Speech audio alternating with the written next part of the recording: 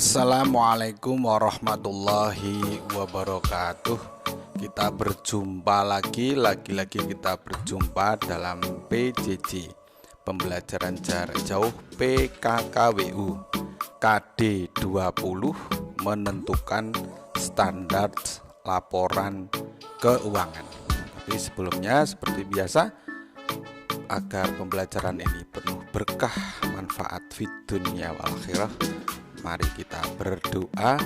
Yang beragama Islam ikuti saya, yang selain agama Islam berdoa menurut keyakinannya masing-masing. Bismillahirrahmanirrahim. Raditu billahi robba wabil islami dina wabil muhammadin nabiyya wa rasulah. Rabbi zidni ilman warzuqni fahman. Amin ya rabbal alamin. Baik, untuk sahabat pintar semuanya, mari kita langsung ke materi pembelajaran jarak jauh kali ini. Pengertian laporan keuangan. Laporan keuangan adalah catatan informasi keuangan.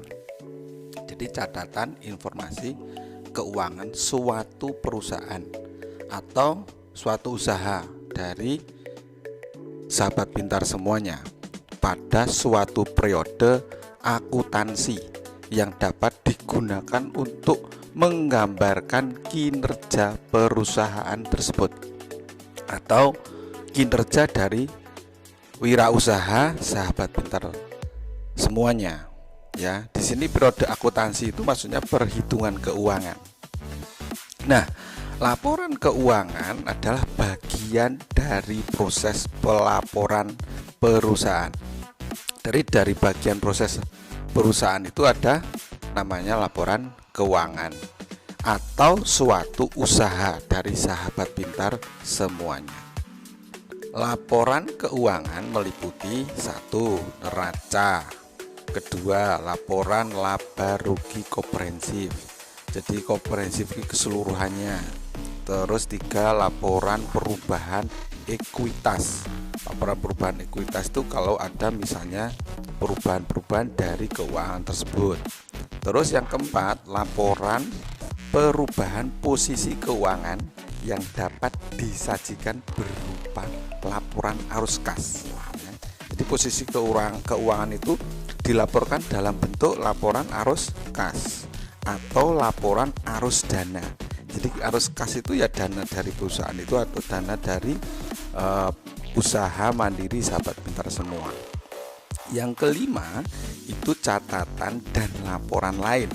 Baik, catatan dan laporan lain serta materi penjelasan yang merupakan bagian integral. Integral itu keseluruhan dari laporan keuangan itu dari 1 sampai 4 itu, termasuk di dalamnya adalah dari laporan keuangan. Apakah yang dimaksud dengan neraca atau biasa disebut dengan balance sheet ya. Neraca lebih dikenal dengan nama balance sheet. Secara umum, laporan ini dibuat untuk menunjukkan kondisi, posisi, dan informasi keuangan sebuah perusahaan pada periode tertentu. Jadi ini hanya secara umum, itu melaporkan keuangan secara umum.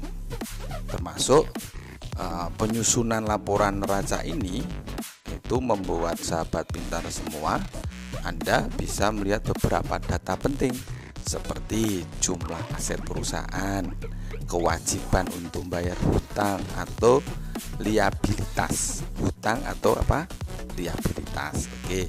Dan ekuitas. Ekuitas itu apa? Modal. Betul. Modal mana? Modal perusahaan. Yang berikutnya adalah dimaksud dengan laporan rugi laba atau laporan laba rugi atau income statement. Selain untuk mengetahui keuntungan atau kerugian, laporan laba rugi dibuat untuk menginformasikan jumlah pajak yang harus dibayar oleh perusahaan, menjadi referensi evaluasi bagi manajemen perusahaan dan juga menyediakan informasi tentang efisiensi. Efisiensi itu maksudnya itu ya bagaimana baiknya, bagaimana mudahnya, dan juga nanti ada unsur efektivitas di situ, atau tidaknya langkah yang diambil oleh perusahaan dilihat dari besar beban yang dikeluarkan. Jenis laporan laba rugi, satu, bentuk single step. Ya, single step ini alur dan juga pengelompokan akun lebih mudah. Hal ini karena semua pendapatan dan keuntungan ditempatkan di awal laporan laba rugi. Kemudian diikuti dengan seluruh beban atau biaya yang harus dikeluarkan atau ditanggung oleh perusahaan. Jadi keseluruhan dari beban-beban itu dilaporkan dalam single itu hanya satu step laporan keuangan. Nah, selisih antara total pendapatan dan total beban inilah yang menunjukkan apakah perusahaan itu untung atau rugi. Kedua, yaitu bentuk multi step. Sahabat pintar semua, Anda harus memisahkan transaksi operasional dan non operasional serta membandingkan biaya dan beban dengan pendapatan yang berkaitan. Ini lebih rumit karena multi step. Kalau tadi kan single, ini multi itu banyak sekali kemungkinannya, yaitu pada laporan rugi laba yang bentuk ini laba operasionalnya akan memperlihatkan perbedaan antara aktivitas biasa dan aktivitas insidentil. Aktivitas biasa itu ya aktivitas perusahaan yang biasa dilakukan, misalnya bayar listrik dan pajak. Sedangkan aktivitas keuangan yang insidentil itu ya misalnya kalau ini ya ada tamu atau ada apapun itu yang harus segera dikeluarkan biaya untuk perjamuan perusahaan. Laporan perubahan modal. Apakah yang dimaksud? Laporan perubahan modal akan menyediakan informasi terkait jumlah modal yang dimiliki oleh sebuah perusahaan dalam periode tertentu. Kenapa? Karena dalam laporan ini Anda, sahabat pintar semuanya, bisa melihat perubahan yang terjadi pada modal sekaligus dengan penyebab perubahan yang terjadi. Beberapa data khusus yang diperlukan untuk menyusun laporan perubahan modal adalah modal awal periode. Apakah modal awal periode itu? Yaitu untuk menyusun laporan perubahan modal dibutuhkan data laba rugi. Jadi data laba rugi yang awal tadi itu diperlukan untuk laporan perubahan modal. Yang berikutnya akan kita bahas tentang laporan arus kas atau cash flow statement. Laporan arus kas juga dikenal dengan nama laporan cash flow. Laporan ini dibuat untuk menunjukkan aliran masuk dan keluar kas perusahaan pada periode tertentu. Jadi keluar masuknya uang di perusahaan itu namanya cash flow.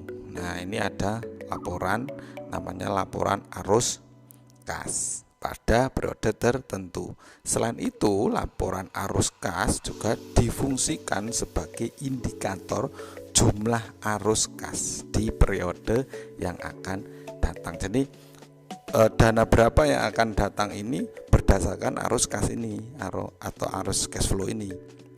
Sehingga laporan arus kas juga digunakan sebagai salah satu alat pertanggungjawaban arus kas masuk dan keluar selama periode pelaporan. Yang terakhir akan kita bahas tentang catatan atas laporan keuangan. Apakah yang dimaksud catatan atas laporan keuangan ini dibuat untuk memberikan penjelasan yang lebih rinci terkait dengan hal-hal yang tertera dalam keempat laporan keuangan yang lainnya yang sudah kita bahas tadi di atas atau di sebelumnya, ya kan. Bahkan dalam laporan keuangan ini juga disediakan penyebab atau alasan. Jadi di situ ada urian-uriannya, penyebab dan alasannya yang berkaitan dengan data yang tersaji dalam laporan keuangan. Di akhir video ada sebuah evaluasi yang nanti dikerjakan oleh sahabat pintar semua. Pertanyaannya adalah apabila terjadi pembelian secara tunai maka akan dicatat ke dalam jurnal. Nah, kira-kira jurnal apakah itu? Jurnal pengeluaran kas, jurnal penerimaan kas, jurnal pembelian, atau jurnal retur pembelian, dan mungkin juga jurnal pengembalian barang. Nah, silahkan jawabannya diketik di kolom komentar, tapi jangan lupa juga diketik nama, nomor absen, kelas, dan juga asal sekolahnya. Berikutnya yaitu tentang sebuah pertanyaan lagi, yaitu apa yang dimaksud dengan jurnal pengeluaran kas. Nah, silahkan ditulis. Semoga pembelajaran kali ini bermanfaat dan juga membuat semangat menjadi wirausaha untuk sahabat pintar semua. Dari saya cukup sekian, saya akhiri. Wabillahi taufiq wal hidayah. Wassalamualaikum warahmatullahi wabarakatuh.